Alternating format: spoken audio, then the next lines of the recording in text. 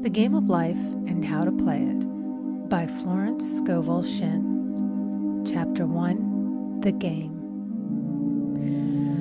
Most people consider life a battle, but it is not a battle, it is a game. It is a game, however, which cannot be played successfully without the knowledge of spiritual law. And the Old and the New Testaments give the rules of the game with wonderful clearness.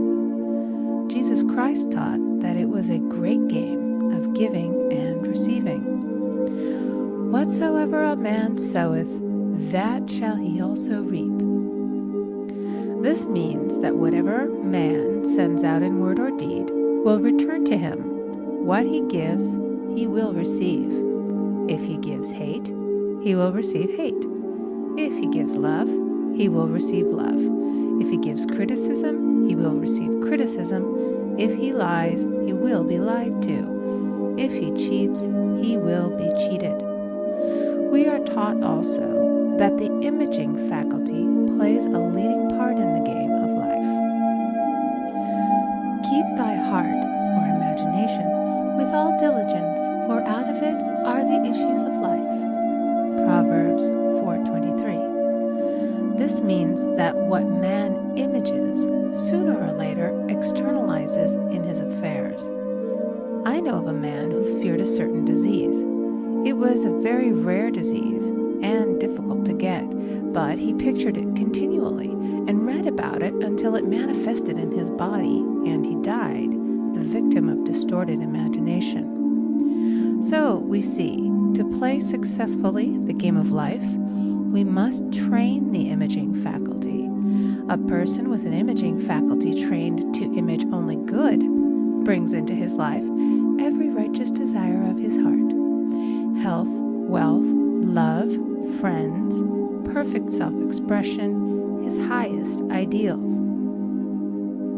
The imagination has been called the scissors of the mind, and it is ever cutting, day by day, the pictures man sees there, and sooner or later he meets his own creations in his outer world. To train the imagination successfully, man must understand the workings of his mind. The Greeks said, "Know thyself." There are three departments of the mind: the subconscious, conscious, and superconscious. The subconscious is simply power without direction. It is like steam or electricity, and it does what it is directed to. It has no power of induction. Whatever man feels deeply or images clearly is impressed upon the subconscious mind and carried out in minutest detail. For example, a woman I know, when a child, always made believe she was a widow. She dressed up in black clothes and wore a long black veil, and people thought she was very clever and amusing. She grew up and married a man with whom she was deeply in love. In a short time he died, and she wore black and a sweeping veil for many years. The picture of herself as a widow was so impressed upon the subconscious mind, and in due time worked itself out regardless of the havoc created. The conscious mind has been called mortal or carnal mind. It is the human mind and sees life as it appears to be.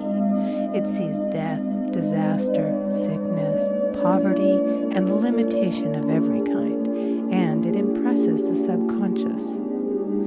The superconscious mind is the God mind within each man and is the realm of perfect ideas. In it is the perfect pattern spoken of by Plato, the divine design, for there is a divine design for each person. There is a place that you are to fill and no one else can fill, something you are to do which no one else can do. There is a perfect picture of this in the superconscious mind. It usually flashes across the conscious as an unattainable ideal, something too good to be true. In reality, it is man's true destiny or destination flashed to him from the infinite intelligence which is within himself.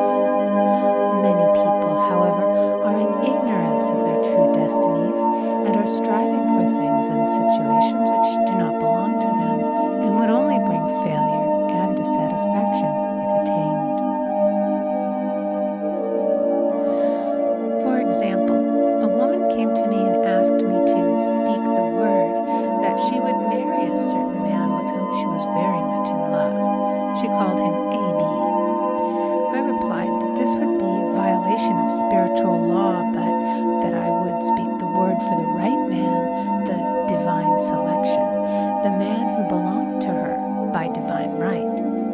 I added, if A.B. is the right man, you can't lose him, and if he isn't, you will receive his equivalent.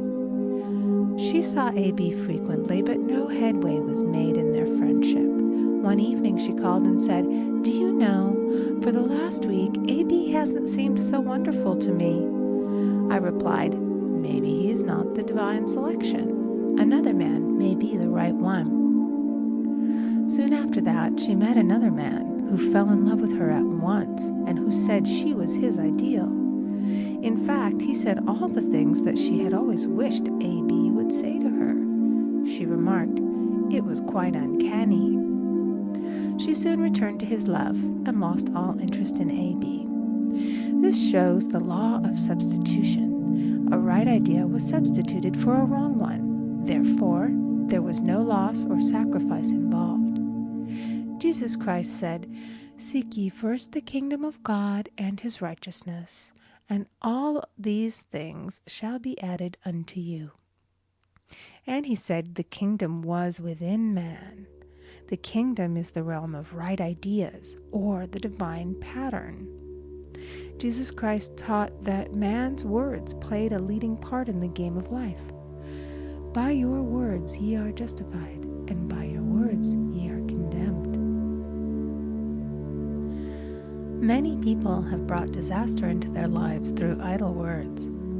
For example, a woman once asked me why her life was now one of poverty, of limitation. Formerly she had a home, was surrounded by beautiful things, and had plenty of money. We found she had often tired of the management of her home and had said repeatedly, "I'm sick and tired of things. I wish I lived in a trunk." And she added, "Today, I am living in that trunk." She had spoken herself into a trunk.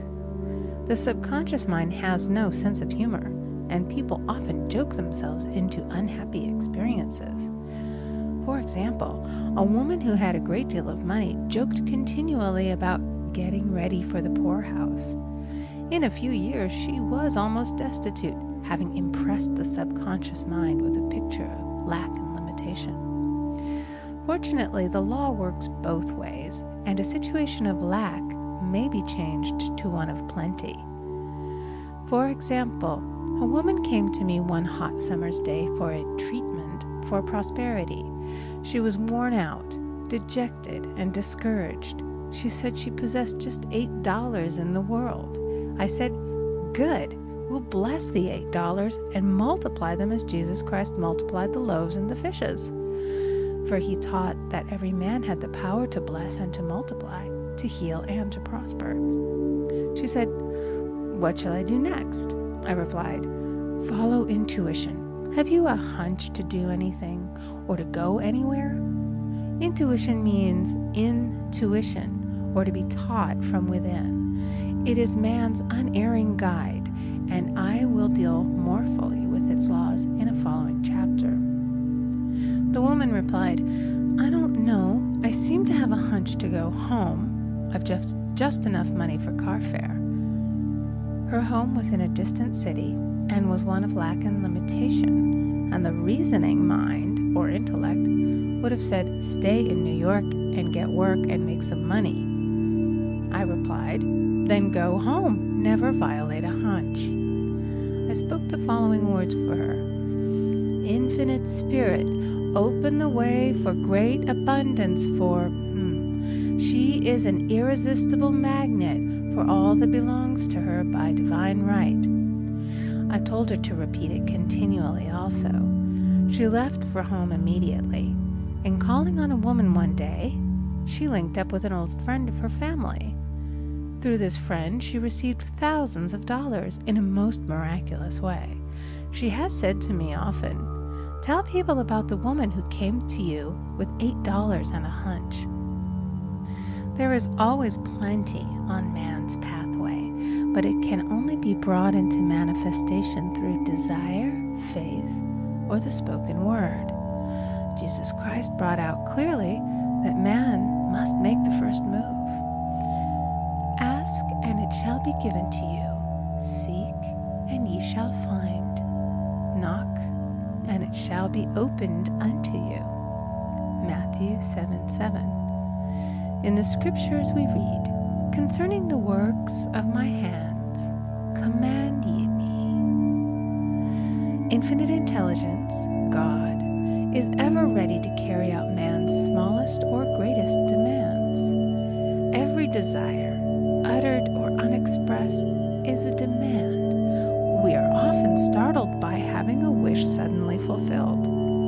For example, one Easter, having seen many beautiful rose trees in the florist's windows, I wished I would receive one, and for an instant saw it mentally being carried in the door. Easter came, and with it a beautiful rose tree. I thanked my friend the following day and told her it was just what I had wanted. She replied, "I didn't send you a rose tree. I sent you lilies." The man had mixed the order and sent me a rose tree simply because I had started the law in action and I had to have a rose tree. Nothing stands between man and his highest ideals and every desire of his heart but doubt and fear. When man can wish without worrying, every desire will be instantly fulfilled. I will explain more fully in a following chapter the scientific reason for this and how fear must be erased from the consciousness. It is man's only enemy. Fear of lack, fear of failure, fear of sickness, fear of loss, and a feeling of insecurity on some plane. Jesus Christ said, "Why are ye fearful, O ye of little faith?" Matthew 8:26. So we can see we must substitute faith for fear is only inverted faith. It is faith in evil instead of good. The object of the game of life is to see clearly one's good and to obliterate all mental pictures of evil. This must be done by impressing the subconscious mind with a realization of good. A very brilliant man who has attained great success told me he had suddenly erased all fear from his consciousness by reading a sign which hung in a room.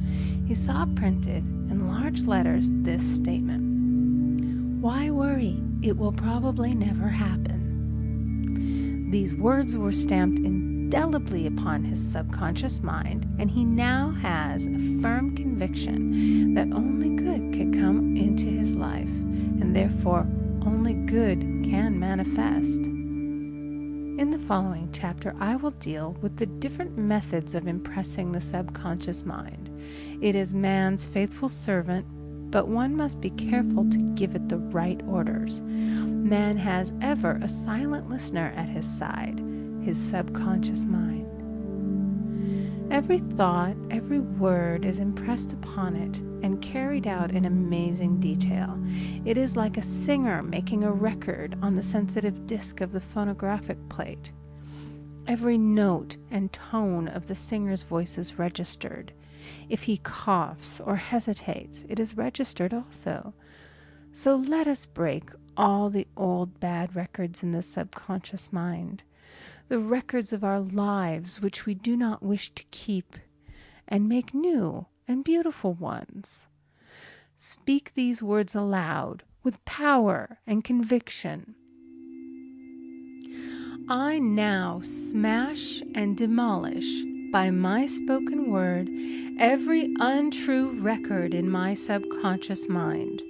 They shall return to the dust heap of their native nothingness, for they came from my own vain imaginings.